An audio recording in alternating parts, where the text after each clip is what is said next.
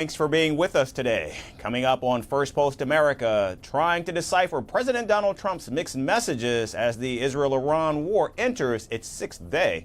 And Elon Musk back in the news as he sues New York State. More on these and other stories in just a moment, but first, a look at the latest headlines. Russia's army now says its forces have captured another village in Ukraine's northeastern Sumy region, where Moscow has intensified its offensive in recent weeks despite calls for a ceasefire.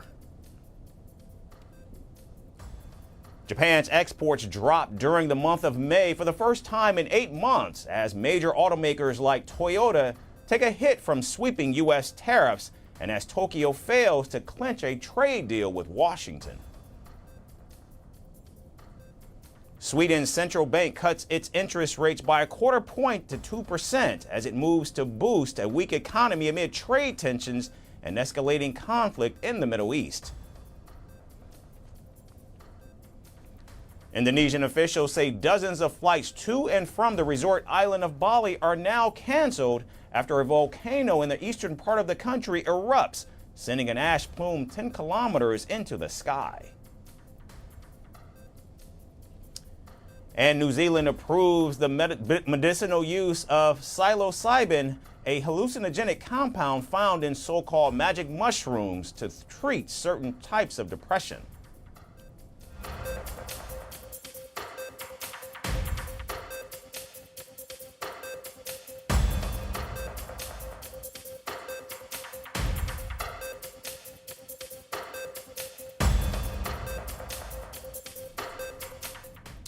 The deadly conflict between Israel and Iran has entered its 6th day, with violence intensifying and regional tensions reaching new highs. Overnight strikes were reported from both sides, marking the most destructive exchange since the fighting began. In fact, late Tuesday night, Iran launched hypersonic Fatah 11 missiles at Israel in what its Revolutionary Guard called the 11th wave of Operation Honest Promise 3. Iranian forces also deployed a swarm of drones toward Israeli territory, claiming full control over the skies of what they term the occupied lands. During a televised address, Iran's Supreme Leader Ayatollah Ali Khamenei declared that Israel made a huge mistake and will be punished for that. Referring to President Trump's threats, he added that those who know Iran's history know that Iranians do not do well and do not answer well to threats. Israel, on the other hand, intercepted 2 drones over the Dead Sea and also responded with force. Its Air Force yesterday released footage it said showed fighter jets taking off to carry out strikes on Iran. Israeli warplanes then struck multiple sites in the Iranian capital, and the Israeli military issued an evacuation warning to civilians in Tehran's District 18, and state media later reported explosions in at least 3 Tehran provinces. Now, one of the key targets was a centrifuge production facility, which is part of Iran's nuclear infrastructure. Israel also claimed to have destroyed several weapons manufacturing sites producing materials for surface-to-surface missiles. Struck deep, hitting Iran's nuclear, ballistic, and command capabilities. The Iranian regime has spent years getting closer to a nuclear weapon. They have spent billions building a ballistic missile program. Our mission is clear: to remove the threat at its source. The UN nuclear watchdog confirmed that Israel's precision airstrikes had hit the underground Natanz nuclear complex, one of Iran's most secure facilities. In fact, over 50 Israeli Air Force fighter jets reportedly participated in these operations. We pushed back the nuclear program in the last few days. We will continue with our efforts to push back the program. It's not a short operation. It's not similar to what we did in the 80s in Iraq when we had to attack 1 reactor, or in 2005 when we took care of the reactor in Syria. It's a much more challenging operation, and it takes time. Now, in response, an Iranian military leader vowed that Israel would soon see more attacks, warning of an imminent punitive operation and telling Tel Aviv and Haifa residents to evacuate. The operations carried out so far were merely a warning and deterrence. A punitive operation will be implemented soon. Therefore, Residents of Tel Aviv and Jaffa are strongly warned to leave those areas for their own safety. Don't fall victim to Netanyahu's animal desires. So as military action escalates, diplomatic efforts are struggling to gain traction. Egypt's foreign minister held urgent calls with Iran's foreign minister Abbas Araghchi and U.S. Middle East envoy Steve Witkoff, calling for immediate de-escalation and a return to negotiations on Iran's nuclear program. Chinese and Polish authorities have also advised their citizens to evacuate Iran, citing the rising danger and possible closure of land borders. For 3 weeks of pilgrimage and holidays, I stayed 10 days in Jerusalem, then I went north, and it happened that the war starts, so we are about to leave, but I feel sorry to leave because my experience here was very nice, and I wish that peace will come as soon as possible for all Israel. Meanwhile, President Donald Trump has taken a hardline stance. In fact, on Tuesday, he demanded Iran's unconditional surrender while insisting that Washington has not been involved in Israel's offensive. However, he warned that his patience with Tehran is wearing thin. And in a dramatic statement, the president claimed the U.S. knows Khamenei's whereabouts, but has chosen not to target him, at least for now. With both Iran and Israel showing no signs of backing down and the U.S. considering direct involvement, the next few hours, or perhaps days, could be pivotal in changing the course of the Middle East. And as the conflict in the Middle East escalates, President Donald Trump's shifting statements on the conflict are sending mixed signals, leaving allies and observers scrambling to interpret his endgame. In recent days, Trump has vacillated from a hands-off approach to embracing diplomacy and at times suggesting that he is weighing further U.S. involvement. In fact, on Tuesday, he called for Iran's unconditional surrender. Just minutes earlier, he said Iran's Supreme Leader Ayatollah Ali Khamenei was not a target, at least for now. He added that America's patience was wearing thin. And hours before that, speaking on board Air Force One while returning from the G7 summit in Canada, the president stated that Iran cannot have a nuclear weapon and said he wanted a real end to the conflict, not just a ceasefire. Right now, we're doing pretty well. Remember, Iran cannot have a nuclear weapon. It's very simple. We don't have to go too deep into it. They just can't have a nuclear weapon. When the conflict began on Friday, June 13th, President Trump described Israel's attack as excellent and very successful in interviews. But he also said a diplomatic solution between Israel and Iran was possible and warned that Tehran needed to act before nothing was left. The next day, he recounted a call with Russian President Vladimir Putin, saying both agreed that the battle between Tel Aviv and Tehran should end soon.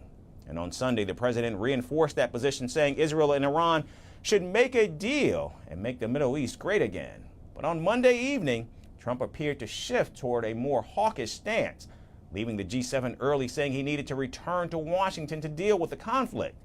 And he posted on social media that he was not returning to work on the ceasefire, but something much bigger.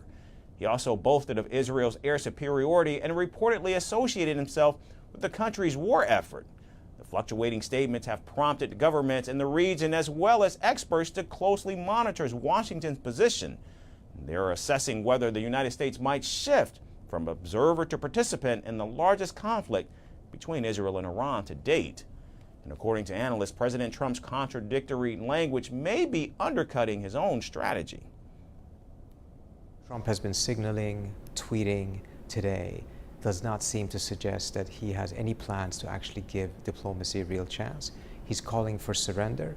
I think he is likely miscalculating, thinking that the Iranians believe that surrender actually is an option, that Trump would honor the terms of a surrender.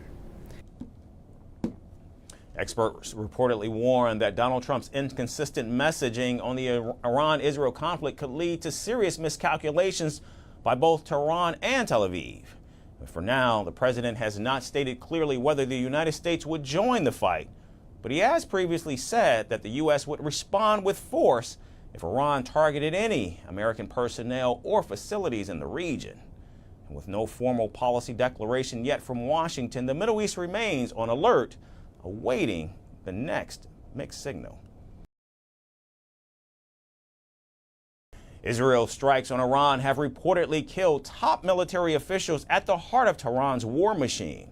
From ballistic missile commanders to intelligence heads, the losses are piling up.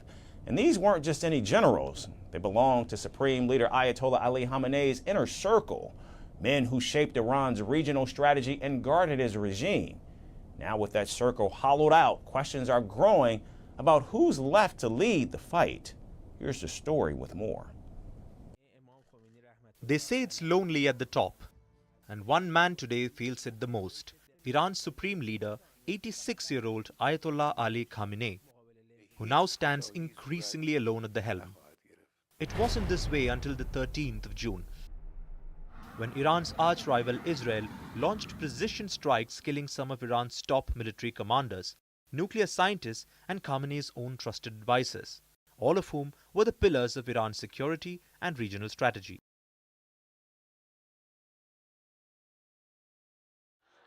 First on Israel's hit list was the commander-in-chief of Iran's Revolutionary Guards, Hossein Salami. He was killed in the first strike on the 13th. A veteran of Iran's military apparatus, Salami was a close confidant of Khamenei and oversaw critical operations across the region. Next, Mohammad Bagheri, Chief of Staff of the Armed Forces, reportedly the second highest commander after Khamenei.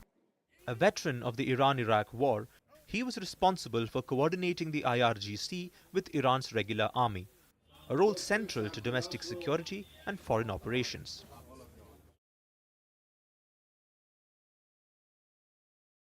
Israeli strikes also reportedly took out Amir Ali Hajizadeh, the head of IRGC's aerospace program and Iran's ballistic missile program. Hajizadeh was reportedly seen as central to Iran's strategic deterrence, including missile networks used by proxies in Lebanon, Syria and Iraq.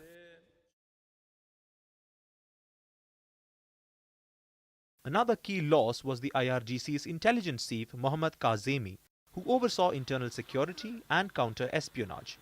Kazemi reportedly held the keys to Khamenei's domestic defense network. This included monitoring dissent and foiling foreign infiltration.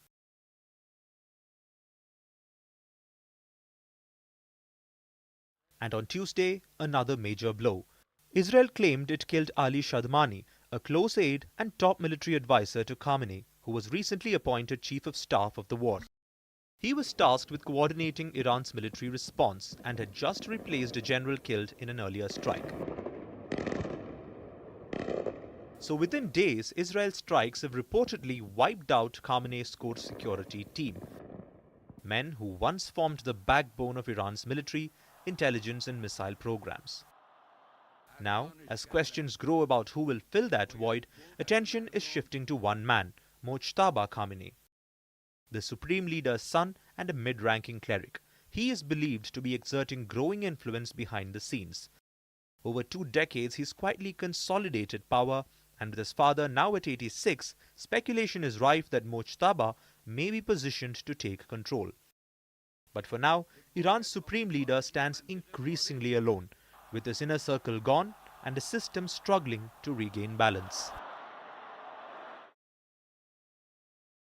Elon Musk's social media platform X, formerly known as Twitter, is taking on the state of New York in court. At the center of this legal battle is a new law that demands transparency on how social media companies deal with hate speech. But Musk says this goes too far and infringes on free speech. X has filed a lawsuit against the New York law that requires social media platforms to reveal how they handle hate speech, extremism, and other harmful content. The law, called the Stop Hiding Hate Act, demands that social media platforms publicly disclose what steps they take to fight hate and whether they're making progress. But in its lawsuit, X argues that the law violates the First Amendment, which protects free speech. The platform claims it's being forced to comment on what it allows or bans, even when that involves highly sensitive topics. Deciding what content should appear on a social media platform is a question that engenders considerable debate among reasonable people about where to draw the correct proverbial line. This is not a role that the government may play. New York Attorney General Letitia James is named as a defendant in the case, and she's charged of enforcing the law, but so far, neither she nor X have commented publicly on this matter. Two Democratic lawmakers who helped draft the law defended it strongly. They say social media sites like X have become cesspools of hate and accuse them of hiding their policies from the public. The fact that Elon Musk would go to these lengths to avoid disclosing straightforward information to New Yorkers as required by our statute illustrates exactly why we need the Stop Hiding Hate Act. Under the law, companies could face fines of up to $15,000 per day if they fail to comply. And this isn't the first time Elon Musk's platform has fought a law like this. In fact, last year, X successfully blocked a similar law in California that required tech giants to report on their moderation practices. In its New York case, X is using that win to argue that states are overstepping by trying to control online speech. Now, since Elon Musk took over Twitter in 2022 and renamed it X, he's cut back on content rules and reduced the team responsible for enforcing them. He's often called himself a free speech absolutist, believing that people should be allowed to say almost anything online. But that approach has drawn sharp criticism, especially from groups tracking hate speech online.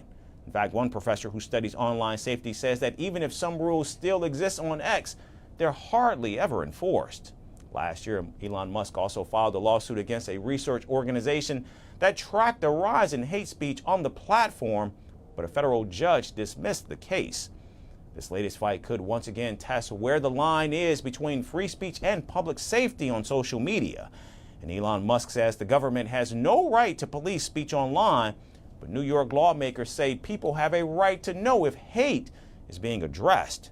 The court's decision could set a major precedent for how social media is regulated across America.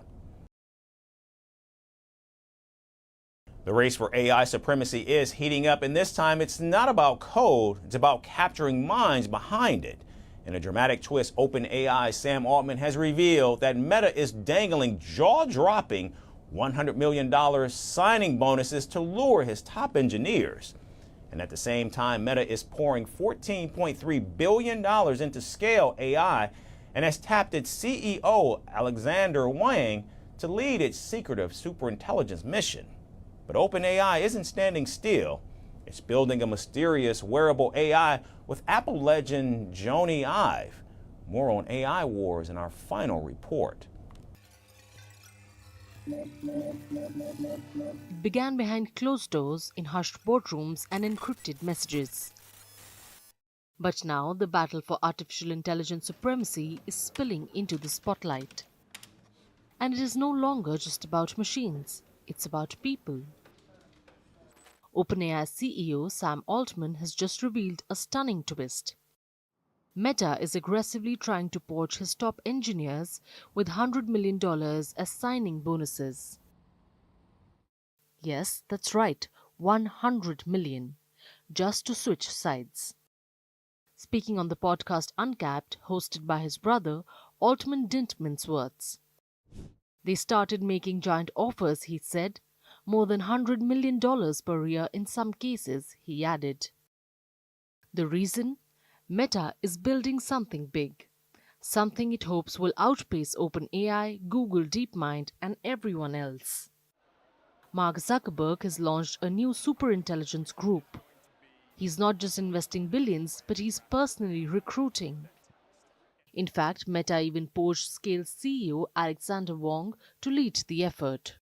Other top minds like DeepMind's Jack Ray have already joined. According to Altman, Meta sees OpenAI as its top rival. I've heard that Meta thinks of US as their biggest competitor. I respect being aggressive and continuing to try new things. But so far, none of OpenAI's best people have left. And why is that? Altman has a theory to answer.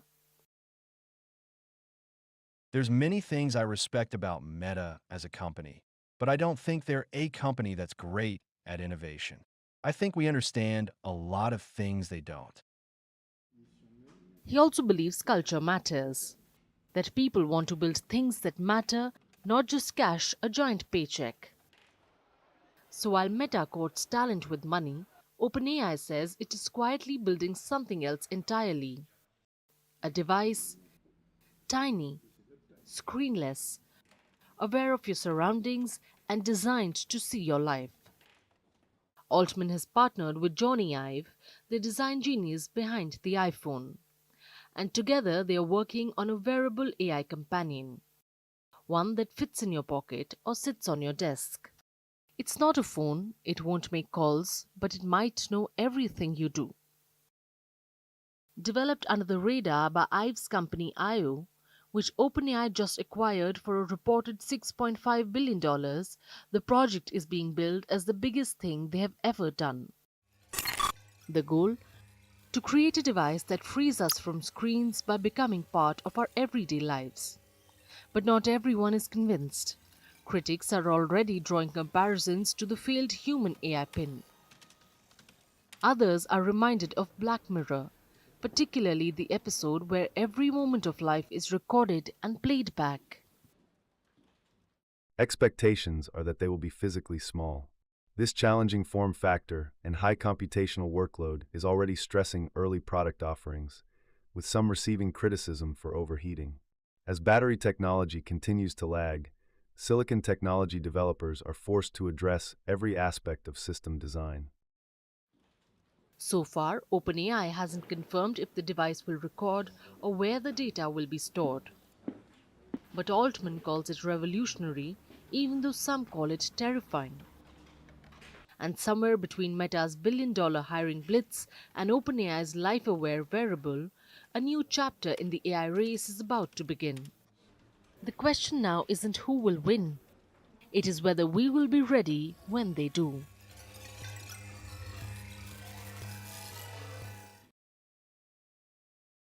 That's our show for today. We certainly thank all of you for tuning in. We look forward to seeing you right back here again tomorrow, everyone. Thanks again for watching.